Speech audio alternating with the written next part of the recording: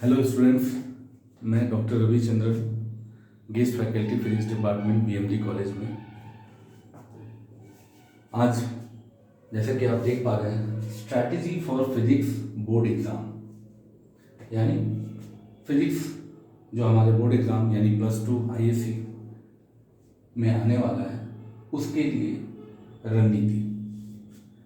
देखिए बच्चों, किसी भी सब्जेक्ट को स्टडी करना और किसी सब्जेक्ट में मार्क्स लाना दोनों ही बिल्कुल अलग अलग चीज़ें हैं। तो अभी हम लोग रणनीति की बात कर रहे हैं, यानी स्ट्रैटेजी की बात कर रहे हैं। तो हमारा टारगेट है, जाहिर सी बात है, बोर्ड एग्ज़ाम है, तो हमारा मार्क्स कैसे आएगा उसके बारे में चर्चा करेंगे। ठीक है बच्चों, और मैं आपको यकीन दिलाता हूँ, आप वीडियो को जैसे जैसे फॉलो करते जाएंगे, आप ये देखोगे, आपको लगेगा कि हाँ वाकई में स्ट्रैटेजी इस तरीके से होनी चाहिए ताकि हमें मार्क्स मिले।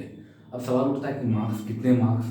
तो देखिए, एक साइंस स्टूडेंट होने के नाते मैं बच्चों से यही कहता हूँ, हमारे बिहार बोर्ड में जो होता है कि एटलीस्ट 65-70% हमारा टारगेट तो कम से कम होना चाहिए। हाँ, लेकिन जो अच्छे बच्चे तो मैं सबको ही मान रहा हूँ, लेकिन अच्छे बच्चे कहने का मतलब, मैं बोलता हूँ 1 सेंटेंस और बच्चे 5 सेंटेंस तक का मेहनत कर लेते हैं, तो वो अच्छे बच्चे हैं।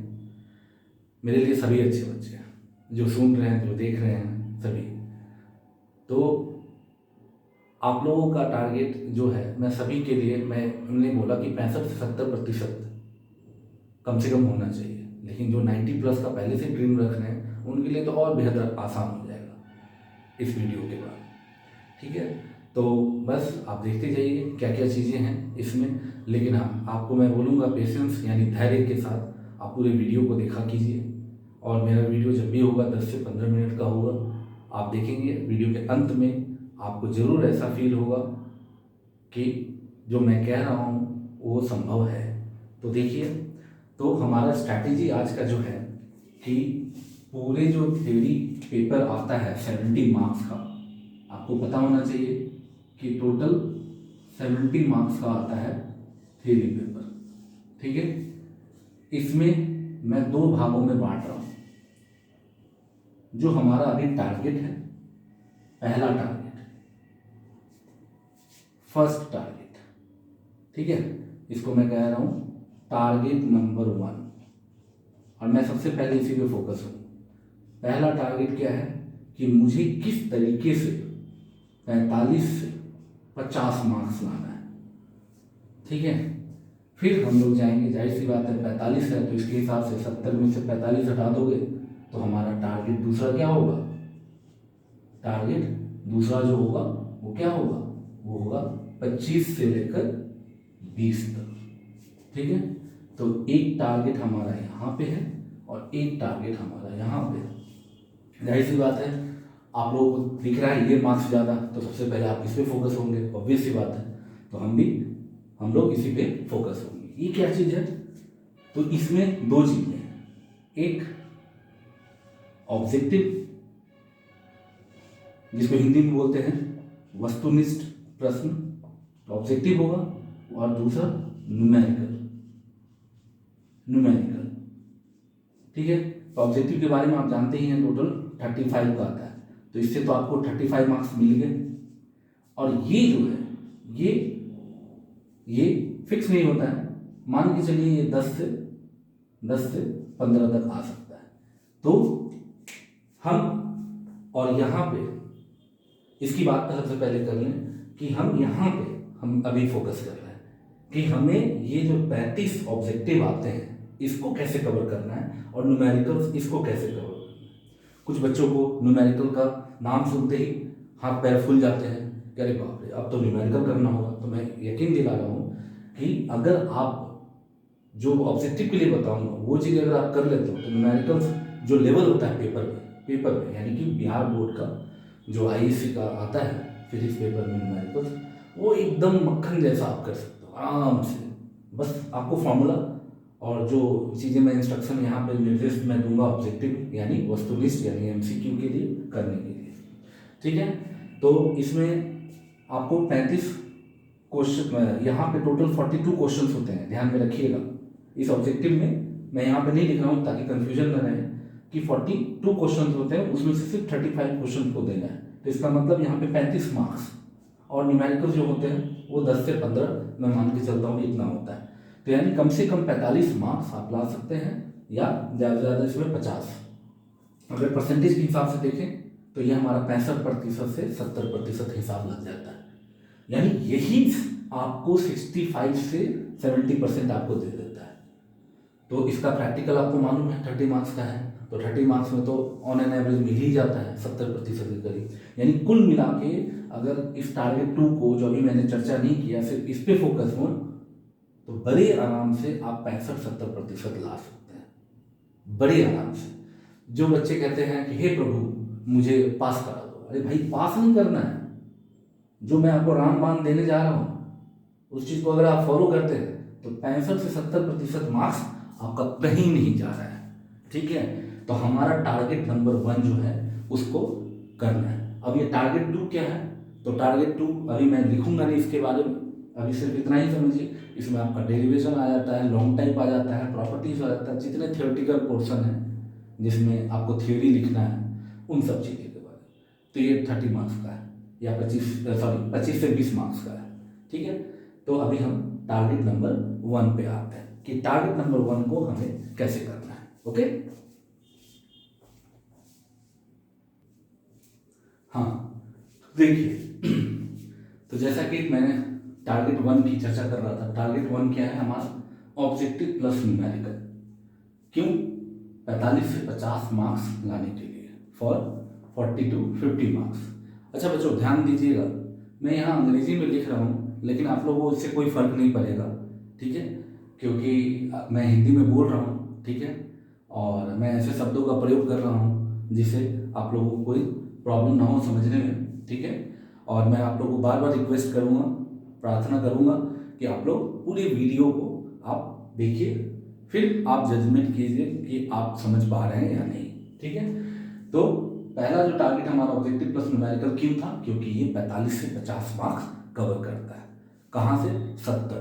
तो यानी 70 मार्क्स से आप बड़े आराम से 65-70% कैसे ला सकते हैं उसकी चर्चा कर रहे हैं। 70 मार्क्स, ये 70 तो मुझे उस फिल्म का डायलॉग याद दिला दिया कि शाहरुख खान चक दे इंडिया में बोलता है, ये 70 मिनट आपके पास है। चलो ठीक है, तो टारगेट 1 ऑब्जेक्टिव प्लस न्यूमेरिकल करने के लिए हमें क्या क्या रणनीति अपनानी चाहिए उसके बारे में चर्चा करते हैं। सबसे पहले आपको क्या करना होगा, आपको सारे के सारे फॉर्मूले और रूल्स को यानी डेफिनेशंस को याद करना पड़ेगा। यानी आपको लर्न या मेमोराइज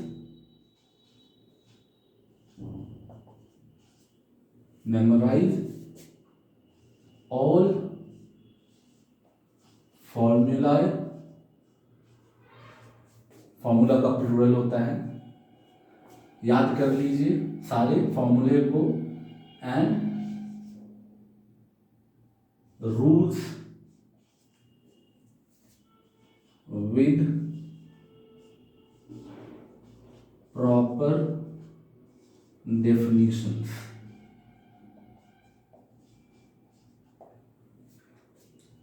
सारे उचित परिभाषा के साथ रूल नियम और फॉर्मूला को याद कर लीजिए।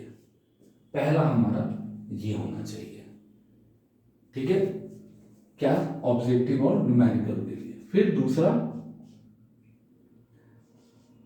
एप्लीकेशन ऑफ, किस तरह से हम अप्लाई करें जो हमने फॉर्मूला यहां याद किया। Application of formula in numericals, यानी न्यूमेरिकल्स में जिसमें फॉर्मूला न्यूमेरिकल्स में अगर तोड़ मरोड़ के बात समझाऊं, जो फिजिक्स में आपको जहां मैथ्स करना होता है, जैसे मान लीजिए क्लास 11th में, हम लोग क्लास 12th की चर्चा कर रहे हैं, क्लास 11th में थोड़ा बहुत पढ़ा ही होगा आपने कि जैसे v = u + at है, तो भाई अगर v इतना है, u इतना है, t इतना है, तो a कितना होगा। तो जहाँ पे मैथमेटिकल काम करना है, जहाँ पे मैथ्स का उपयोग हो जाएगा, तो उसको हम लोग न्यूमेरिकल बोल रहे हैं, सिंपल। तो यानी जो आपने यहाँ याद किया फॉर्मूला, वो सारी चीज़ें यहाँ पे आपको कैसे अप्लाई करना है उसके बारे में चर्चा करना है।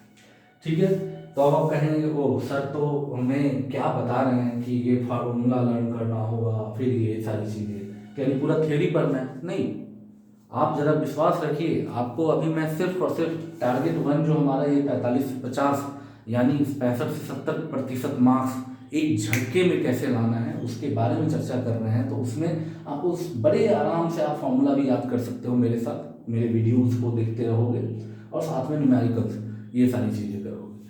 अब ये फॉर्मूला लर्न करना क्यों जरूरी है, इसको समझना है।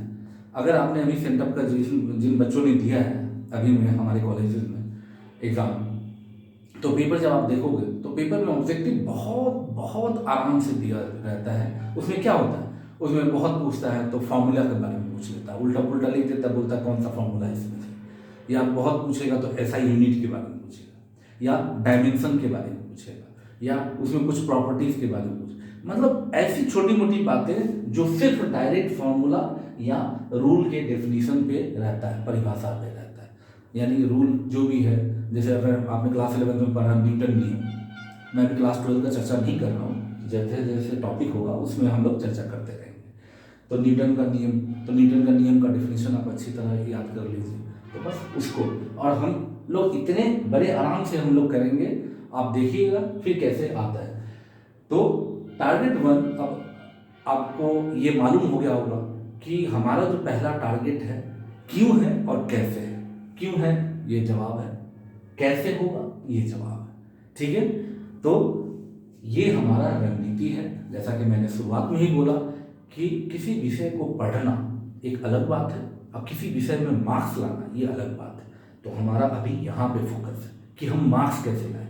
अब देखो बच्चों, मैंने बोला कि 65 से 70% मार्क्स ऐसे ही आ जाएगा अगर आपने मेरे वीडियोस में बताए गए सारी चीज़ों को अगर फॉलो किया अच्छी तरह और अच्छी तरह मेहनत किया, तो मैं पक्की गारंटी देता हूँ कि 65 से 70% कहीं नहीं जा रहा है, कम से कम।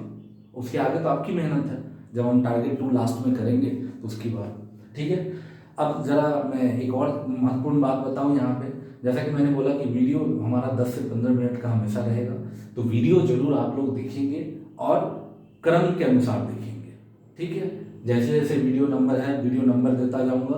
ठीक है, आप लोग क्रम के अनुसार देखिएगा। तो आज हमने चर्चा किया स्ट्रैटेजी कि क्या स्ट्रैटेजी अपनाएं ताकि हम बोर्ड में अच्छे से अच्छे मार्क्स लाएं। अब मुझे लगता है 65 से 70% कम से कम तो ख्वाब तो रखना ही चाहिए। ठीक है, उसके आगे तो 90+, 95, 100 रखिए। I wish you all the best. ठीक है बच्चों, तो अब अगली वीडियो से हम लोग हर चैप्टर के लिए ये 2 चीज़ें फोकस करेंगे, हर चैप्टर के लिए, कि हमें फॉर्मूला और डेफिनेशन किस तरीके से याद रखना है, क्या क्या चीज़ें हैं, और न्यूमेरिकल्स के बारे में मैं बताऊँ। जो बच्चे न्यूमेरिकल्स नहीं करते हैं, मैं उनकी बात नहीं कर रहा हूँ, जो कर रहे हैं न्यूमेरिकल्स वो सोच रहे हैं यार सर तो न्यूमेरिकल भी बताएंगे, तब तो ये IIT इंजीनियरिंग मेडिकल क्या क्या चीज़ें होगा। नहीं, इन सब चीज़ों की ज़रूरत ही नहीं है। हम लोग बड़े लकी हैं कि हमारे बोर्ड में जो न्यूमेरिकल्स आता है एकदम मक्खन की तरह, मतलब पूरा आप बस फॉर्मूला और उसका एप्लीकेशन समझ लोगे, जब एकदम एक झटके में कर लोगे।